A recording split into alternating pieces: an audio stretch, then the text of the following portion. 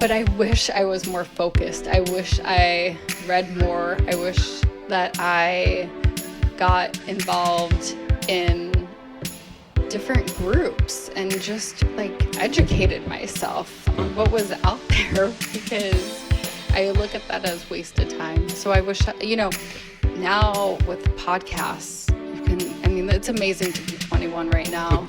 There's so much you can just learn. I wish I surrounded myself with successful people, got a mentor, even if I didn't know what I was going to do. Welcome to the Amani Experience Podcast. In this podcast, you will experience wisdom, advice, and stories from creatives all over the world. Your host is Amani Roberts, who is a DJ, music producer, professor, avid book reader, and developing salsa dancer. On the show, we love to share the stories of creative professionals, especially people who've gone from the corporate life to the creative life.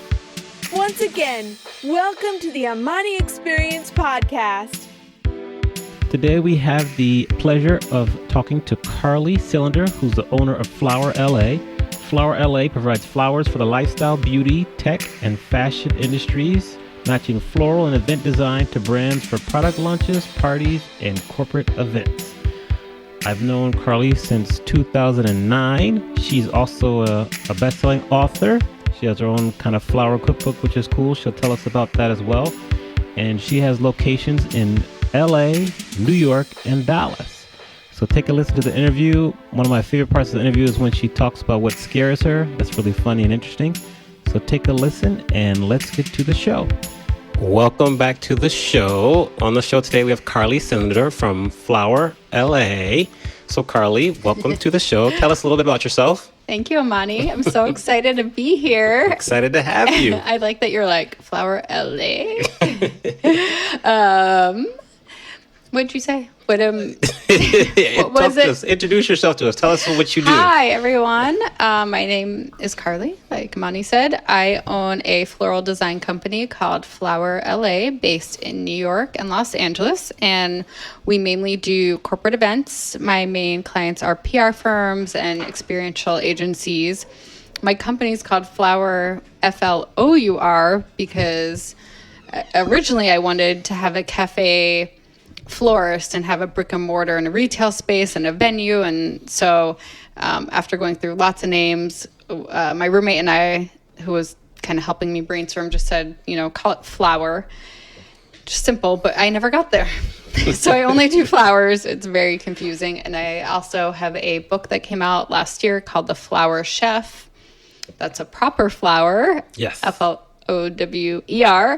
And it is a DIY floral design book that is formatted like a cookbook, and we'll show you all the tips and tricks you need to get started to make an arrangement in your own home.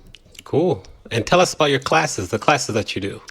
Oh, yeah. Well, I used to do a ton of classes, so I basically wanted to be like Rachel Ray, and I was like, I'm just going to do every single thing that she did. And she started off doing cooking classes at her local upscale store, and so I started doing classes for free at Whole Foods that you actually came to. I think it was the first one, right, in El Segundo. A+ student.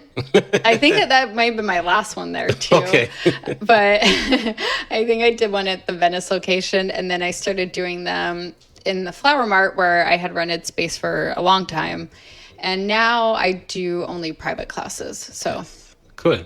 So we're going to go back to, I think it's August 2009. We were at a Manhattan Beach Chamber of Commerce event at Equinox. And that's where I first met Carly. And we were at this networking event. We're like, we really want to be here, but we have to network. I was like, well, at least we're here. We can hang out and talk. I remember Carly had on some fly shoes as well. I was like, you have some fly shoes on. I should get some good shoes because I kind of like. Yeah, you do. So that was what drew you. Yeah. And then we just hit it off from there. I remember one time it was Valentine's Day and I helped you with your flower deliveries. Oh my God. That was cool. So, I know you were, I was like, I need drivers. It's so crazy because that was a lifetime ago, feels like a lifetime ago, but then I don't feel like I've been doing it that long, have my business. But now I'm like, wow, when I think back to those days, yes, like you couldn't pay me to do that again.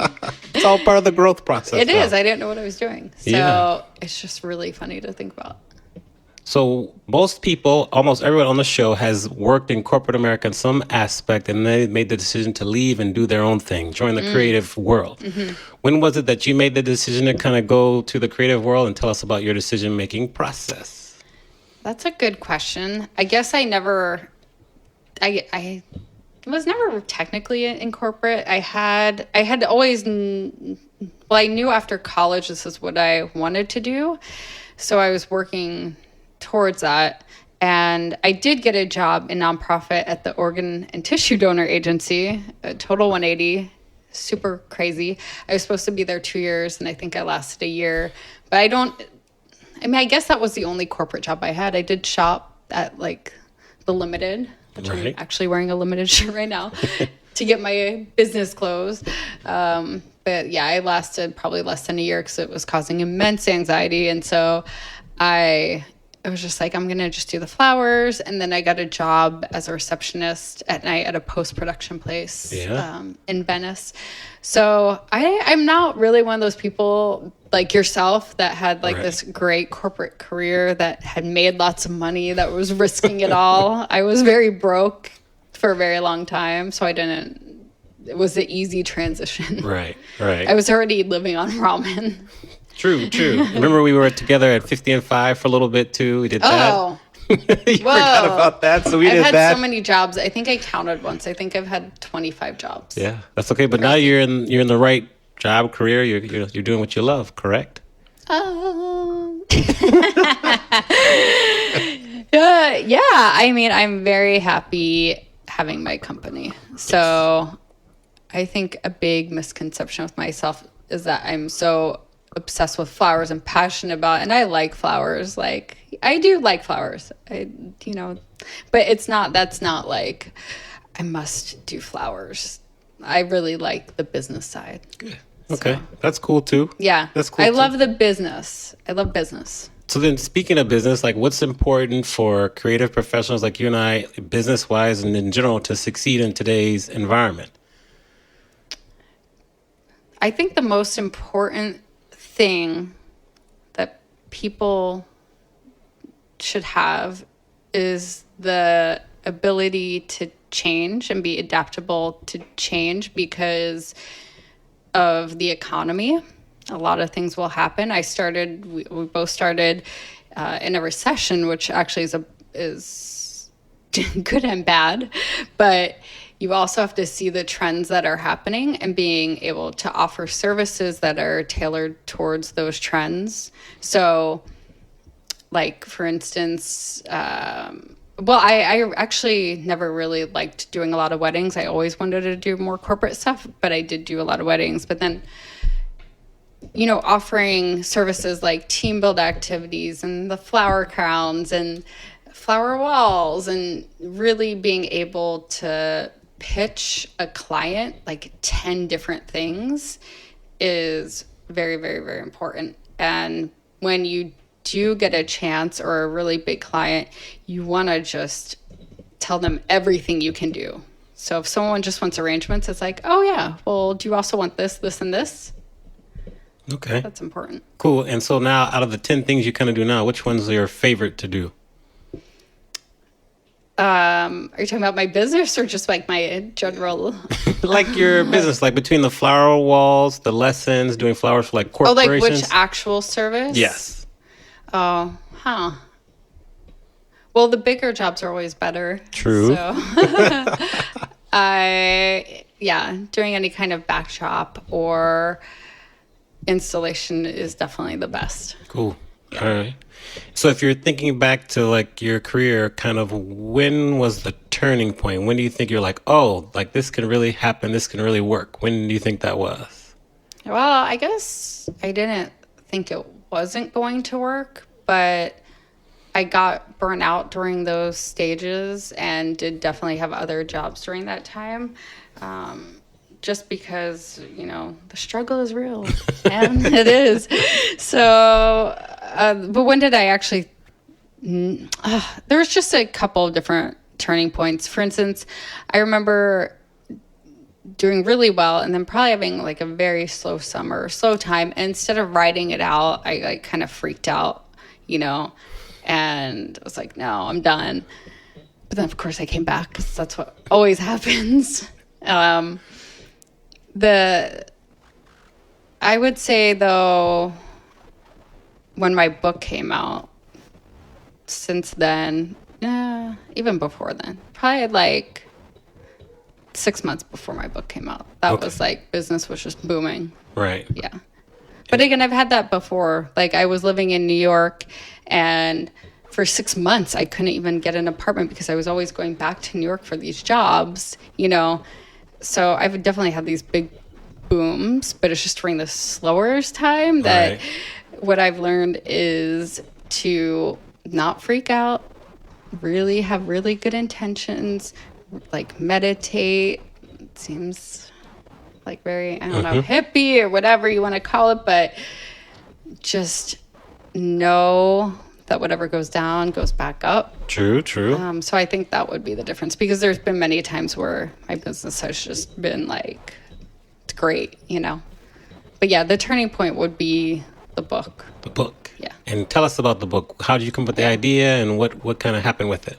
So I came up with the idea the first year I had started, because I was looking for a book like that, and there wasn't any in the market. Now there's, if you go on Amazon, there's like 20 books that'll teach you this. But publishing takes a very long time. So I came up with this idea, and then went a very traditional route, wrote a book proposal. After like a year and a half, got an agent after many, many, many rejections.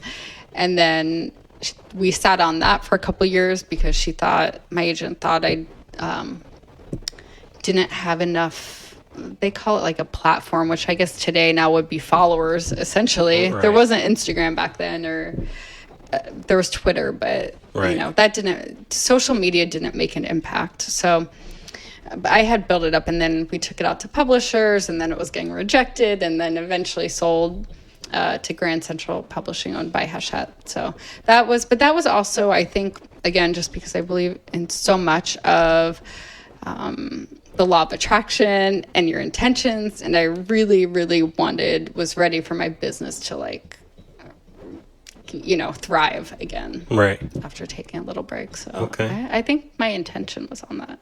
Good. And what do you do, like, because you had to go through a couple ups and downs, especially with the book and getting rejections. How do you kind of keep your head up and not let that completely turn you away from doing the book? Well, at a certain point, you're going to just have to accept the fact that it's kind of done. And that is what happened. I mean, I remember there's an author named Jen Sincero. Yes. Do you know her? Yes. She wrote You're a Badass. And I went to like a lecture thing with her. I was listening to a podcast that she was guest on, saying how broke she was at that time, which is hilarious now to think about. She was teaching this thing, and then faking until you make it, I guess. But at the time, she's big now. But at the time, I was like, oh my God, I was in that one thing she was talking about, kind of at the start of her career. And I did go up to her at the end, and I just was like, I don't know, like, I keep getting rejected. At what point, like, do I go up to 50 or what is, there has to be some point. She's like, no, 50, and then you do 50 more and this and that. And there are people that say, keep on going. I'm a little bit more of a realist, I guess. But I always have different projects too. So I guess going back to the change, I was like being adaptable to change. When it was getting rejected by all the agents, I couldn't get one. I was like, okay, I'll just take this idea and I'll do a smaller version, which I did. I actually I don't know if you remember it. I self-published this little like 90-page version of it. That. And my goal with that is I was going to sell it in bulk to like Bed Bath & Beyond or a store. And because I had read and listened to all this information about bulk book sales, where companies will use books as giveaways, and you could sell like them, 10,000 for cheap. So that's what I was working on. And then after I had done all that, done so much work, I got the email from my agent about 9 months after saying that she wanted, she had put the email in the wrong folder and she was interested in representing me. So I think the point of that story is that you can just take what you are working on, and if one path isn't working, see how you can use that work that you've done and go a different way. And maybe it would have sold, that little book would have sold maybe even more than the Flower Chef has. I have no idea. But I think if you really, really feel strongly about something, you'll just keep going. And I've used that as kind of like a litmus test for all these other projects I work on. For example, I want to do the Flower Chef for kids. Well, how bad do I want to do that? I mean, I was not going to rest until this book was published, The Flower Chef. I just wanted to do it. I knew what it would be. I thought it was important and that people would find it useful. But the Flower Chef for kids, I'm like, I have this hankering to do it, but it's not this like burning desire. And for stuff that you really, really, really want, you really have to have that desire. So I don't really feel like that with the Flower Chef for kids. Okay, maybe that'll grow. We'll see. Well, yeah, I would do it. I would love to do it, but I am not going to struggle in doing it. True. So you spoke about how you really like the business part of the business. Tell us why you love the business part of it. I didn't even know I liked business till I started a business. I don't know. I think it, I don't know if I've always had these characteristics because I didn't know at all what I was doing in college and was like a party girl and all that. But I like being a leader. I like being in charge. I like, controlling things essentially. And yeah, kind of like being in charge of your destiny a little bit.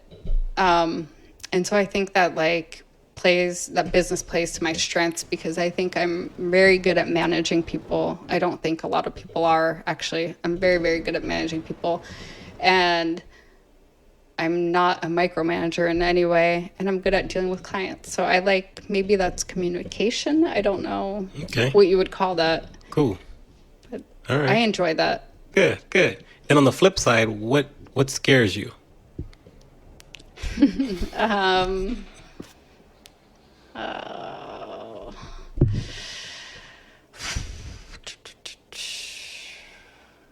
This is hard. Are you gonna? I don't know if you're gonna cut this. No, I won't cut it. Don't cut this. I've been stumped. What scares me? Well, I don't want to appear like a jerk. Like nothing scares me. Say that then. No, I want you to keep this whole thing in. Okay, keep the banter. Yeah, keep this in. I'm like, okay. I was listening to this one podcast and this girl kept asking the interviewer, like, well, what do you mean by that? And it was very condescending. And I don't want to ask you, what do you mean by that? But you're talking about business or just like in general? Well, business, but if you want to get personal, be transparent to that too. It's fine. What scares me? Nothing really. I mean, I don't know. What scares you? Me? What scares me? Growing old alone scares me. That scares me. Losing big clients kind of scares me where you have to scramble. But besides those two things, for me, like everything else, you might have a little fear, but I've kind of learned to kind of, work my way through it. But those would be two of my biggest fears. Those are good. I was thinking because, sometimes, especially with those big clients, I do know what you mean because I have one very big client. It's like, what if they went away? What would I do?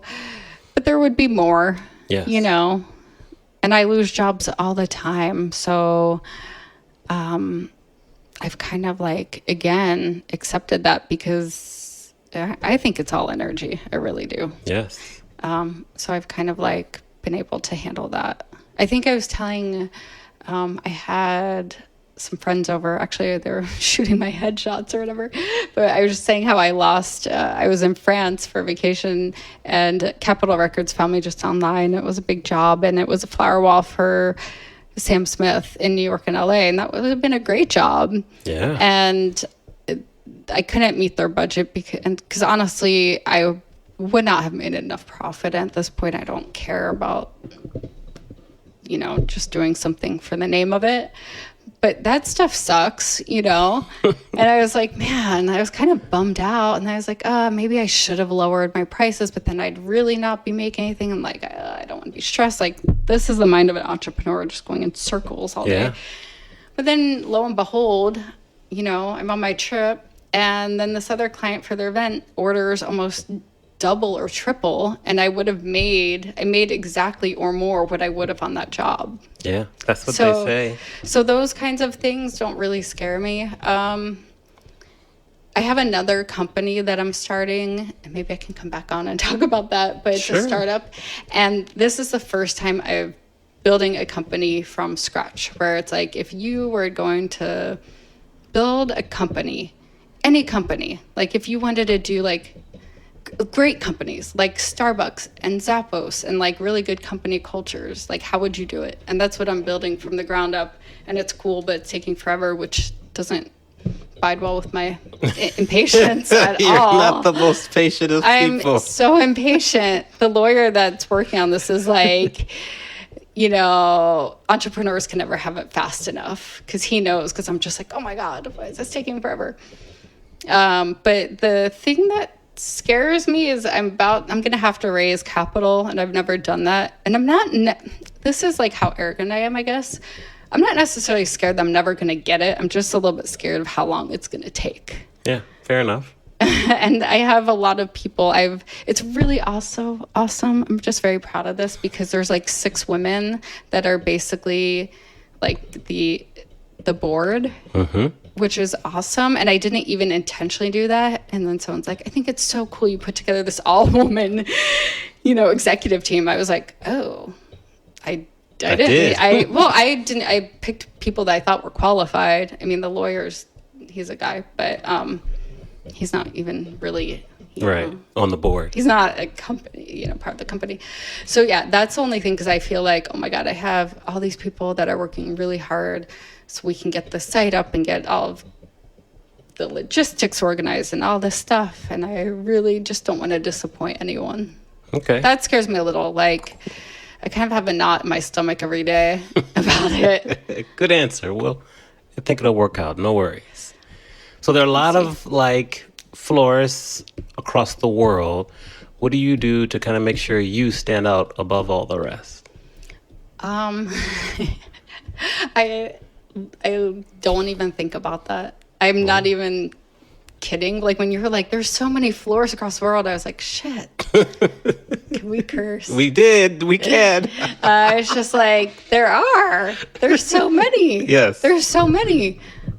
Like, it's true. I'll tell you, I did have that thought like the first or second year, and I remember talking to a friend, and I was like, I don't know what I'm doing. There's so much competition. Like, I just like, this is stupid. And it was stupid to start a florist in a recession, but she was like, you know, there's always a million people in every field. No matter what field you're in, you're going to have a million different people and companies, and the cream will always rise to the top. She was like, so I was like, oh yeah, okay. That's good advice. Yeah, she's right. I don't really think about that. I really don't. I, again, try to offer good services, good customer service. I know people can, and they probably know this too, is that I get a lot of last minute stuff, and they know I will just do it. And they won't even have to tell me a lot. And maybe this is bad enabling, now that I'm thinking about, but so many of the events I have are week of. Big events. Short-term demand. I had an event in New York with 3 days notice. That was the biggest event I think I've ever done. 3 days notice. 3 days. And I had to email my vendors on the plane and coordinate. And I mean, it was like a huge event. So I think people know, like, yeah. Carly can do it last minute. Call her. She'll get it done. We'll make it work. And I'm pretty chill. I don't take it very seriously. Good. All right. That's cool. I mean, I take it seriously. I just know it'll work out. Good. You have belief, faith. I like it. So if we're going to go back to talk to 21-year-old Carly and give 21-year-old Carly some advice. Yes. What advice would you give her? I love that question. Me too. It's a great question. And I would say I spent all of my 20s drinking and partying and not knowing what I was going to do. And then on one hand, many people in college or wherever they're at don't know what they're going to do. And so that's totally fine. I mean, I started my business at 26. I had no idea. But I wish I was more focused. I wish I read more. I wish that I got involved in different groups and just like educated myself on what was out there, because I look at that as wasted time. So I wish, now with podcasts, you can, I mean, it's amazing to be 21 right now. There's so much you can just learn. I wish I surrounded myself with successful people, got a mentor, even if I didn't know what I was going to do, maybe, I don't know. Right. Why surround yourself with successful people? Tell us more about that. Well, I'm still trying to find tons of successful people We all are. to surround myself with. No, all I'm saying is I wish I surrounded myself with people that just didn't want to party. Got it. That had more interests. So I do regret that, but at the time, that's who I was. Yes, we live and we learn. So yeah, I would say read more, just educate yourself, attend more events, Good answers. Now, what about currently? What's maybe one new habit you've added to your daily routine in like the last year or so that's helped you kind of improve as a professional or personally? Another great question. Thank you. It is. I started meditating maybe a year and a half ago, maybe longer. I don't always meditate, and there's so many different types of meditations, but that's helped me because it's important. I was very diligent about, doing it like Tony Robbins. I'm obsessed with him. And he's like, if you don't have 10 minutes, you don't have a life. That's his whole thing. And I'm like, yeah, Tony, you're right. So I was very diligent about like in the morning doing 10 minutes, but it's hard, and it's hard for a lot of people to meditate. So I do a lot on YouTube. Do you meditate? Not very often. No? I gotta add that. Maybe next year that'll be the one I add. Well, do it right now. Do it tomorrow. Because you can go, if you go on YouTube, I'm going to tell you guys some of my favorites. Because a lot of times we don't want to not think. That's the thing. It's hard to just sit there for 10 minutes or 15 and just not think. Mm-hmm. I was doing that too for a little bit. But the Honest guys have a YouTube channel. And because I am so lazy, they have lots of longer meditations, like a half hour, but I always pick ones that are under 15 minutes, usually like 10 to 12. And it's a little bit, what do you call it? Not mystical. Like it's a guy talking, and usually it's like, and now you're walking down the stairs, and it's a visualization. So that's what it is. And there's all different topics like mental health and whatever you want, focusing and this and that. So I think I just lay on my bed. I don't sit up. I lay flat on my back like I'm going to sleep, and I just zone out. There's another one. I'm going to pull it up. It's instrumental. It's really awesome. It kind of puts you in a trance, and I'll do like a 6-minute, like literally just put on the music after, like take a shower, lay down, do it, and try to get my head in order. But that one is called, one second, Tao Wins Spirit Music. Okay. Tao Wins Spirit Music. And you can go on, they're like, open your chakra or something. I don't know. It's like 6 minutes. I'm like, okay. So I just listened to that. And then I have a Deepak Chopra 15-minute one. Good. But that, I'm telling you, when I started listening to this Deepak one, I booked so many jobs. It was insane. Nice. This is the one I listened to. This one's called Living Carefree. Okay. And the other one's called Loving the World Okay. They're about 14 to 15 minutes. Again, I just sit there. And if your mind wanders, it's okay. Like Tim Ferris, who another person I'm obsessed with, but he talks about meditation a lot. And he's like, even if you only meditate for 30 seconds out of 20 minutes, you've still done a good job. Okay. Good. So yeah, All meditating. Right. I also have from Tim the 5-minute journal. Do you do that? Yes, every morning. You do? Mm-hmm. That's hard for me to do daily, though. Yeah, every morning. That's the one habit I did add this year besides waking up early to practice the piano and DJ. Oh. So I do those two things, wake up like... Don't you find it hard to do every day? Well, if I'm, say, for example, if I'm DJing really late at night, then I won't wake up early. Or like if I have an early meeting, like 7 o'clock meeting, I probably won't journal. But 6 out of 7 days, I can pull it off.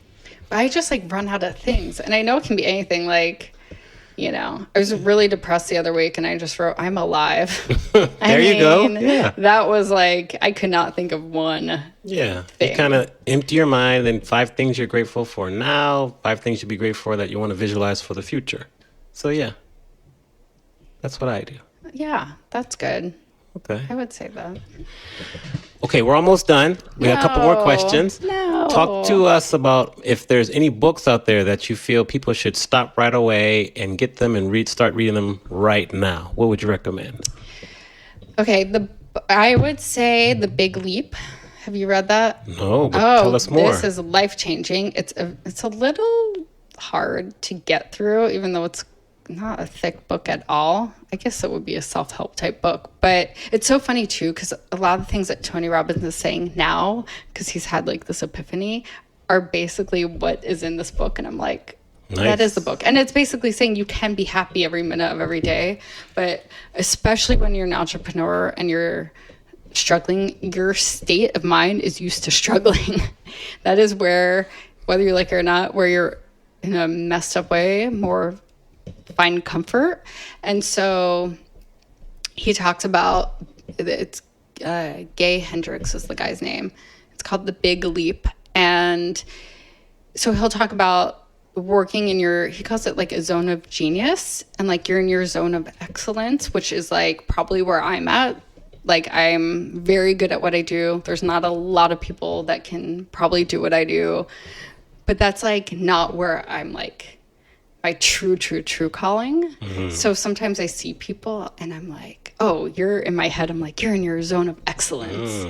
Good. You know, like, how do I get there? And I'm not quite sure what that is. Like when I do TV stuff, I'm like, this is my zone of excellence because I love it. I think I'm doing a great job and I'm like really being my best self, you know. That for me is like the zone of genius in a sense. But it also is talking about how we bring ourselves down, you know, a lot. And whether that's not thinking for big enough goals or whatever it is, how you have to stop yourself. And you can just, it's just training yourself so you can recognize like, oh, I'm doing this, and say, I don't, kind of get yourself out of that. Mm-hmm. I would recommend that. Good. That's been life-changing. Good. Actually, now that I think about it, do you know who recommended that book? Who? I'm going to have to tell her. Her name's Krista, and she started the Pussy Hats. She started that, remember, during the election? Yes, the pink I think hats? so. Right. She got Brandon, my boyfriend, who's mutual friends with Amani, that book. And we both read it and underlined it, and we're obsessed with it. So I should thank her. Good. All right. Yeah. Great recommendation. Anything else pop to mind? Of course, The 4-Hour Work Week, which is Tim Ferriss's first book that I read, like, maybe I had started my business 3 months before and I read it, and that changed completely how I think about life and business, because it's all about automation. And that's kind of how I have my business right now. Like I don't have to be in the city where my events are, you know, right. It's pretty automated. So that book definitely changed my life. So I would say those two. Cool. Good suggestions. All right. We'll add those titles and links to the show notes. Tell the people how they can find you online. Where do you like to hang out? Where do I hang? Well, I'm obsessed with Instagram, even though I delete it every day from my phone. People think that's insane. but it's too addictive. So you post and then you delete it. I post and I delete it. But then sometimes I go on my computer just to see how many likes there are. It's twisted. And then you add it the next day. Post, and then delete it again. Yeah. That's crazy. Well, it's so funny because like my brother or whoever, and friends like, you're always on Instagram. And I'm like, no, I'm not. That's the thing. Yeah. You think I am because I post a lot. But I actually am not on it a lot. So on Instagram, it's The Flower Chef. Twitter, The Flower Chef. Facebook is Flower, FLOUR, Floral Design. And your website? Where else is there? Your website? Website, yes. Flower, FLOURLA.com. You can see all of the work and events that we do. It's fairly updated. Okay, good. So, yeah. All right, so we're almost out of time, but, really thank you for coming on the interview. I really respect your hustle. I'm a big fan of Carly's. I've known you for a long time. I know. Big advocate. Love to work with you. I love seeing you grow, so it just makes me happy because you put the work in and then you see all the results. So as we kind of get ready to go, any last-minute advice for the people out there that you might want to share? You've given some good stuff already, but anything else to add? Advice.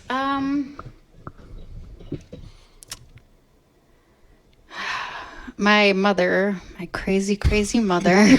We love her, though. Hi, Mom. Hey, she created a strong woman. So yes, she did. She can't be that crazy. But she always just said, where there's a will, there's a way, And that's very true. So I would say there's always a way to do something. And you might have to go down different roads, but you'll get there. And I think the thing people do not do is people don't ask for what they want. They really don't. They don't ask for a job promotion. They don't ask, they don't ask anything. So, because I guess we're afraid of rejection is what comes down to, but you have to ask for what you want and you have to follow up. People also don't do that. You have to follow up until you hear a no. That's it. Follow up every 2 weeks until you hear a no. Yes. The fortune is in the follow-up. Is that what it is? That's a popular saying. I love that one. It is? Yes. Oh, the fortune is in the follow-up. Learn something new every day. You really do. Well, out of sight, out of mind, It's True. Nice to say, hey, how's it going? All right. And when you're given a chance, take advantage of that chance. Perfect. All right. We're done. A little static there, but thank you very much. And we will see you so again. Are you going to come do flowers again? I will. Just invite me. Tell me when, and I'll be there. Friday. 2 p.m. 2 p.m. All right. You sprung that on me. Let's see what I can do to make it there. Let's see. Thank you very much, and we'll see you soon. Thank you so much for having me. You're welcome. Thank you for listening to the Amani Experience podcast. You can check out the show notes on amaniexperience.com/podcast. Please remember to leave us a review on the platform you are listening on and share this podcast with anyone who you feel would benefit from listening. See you soon on our next episode.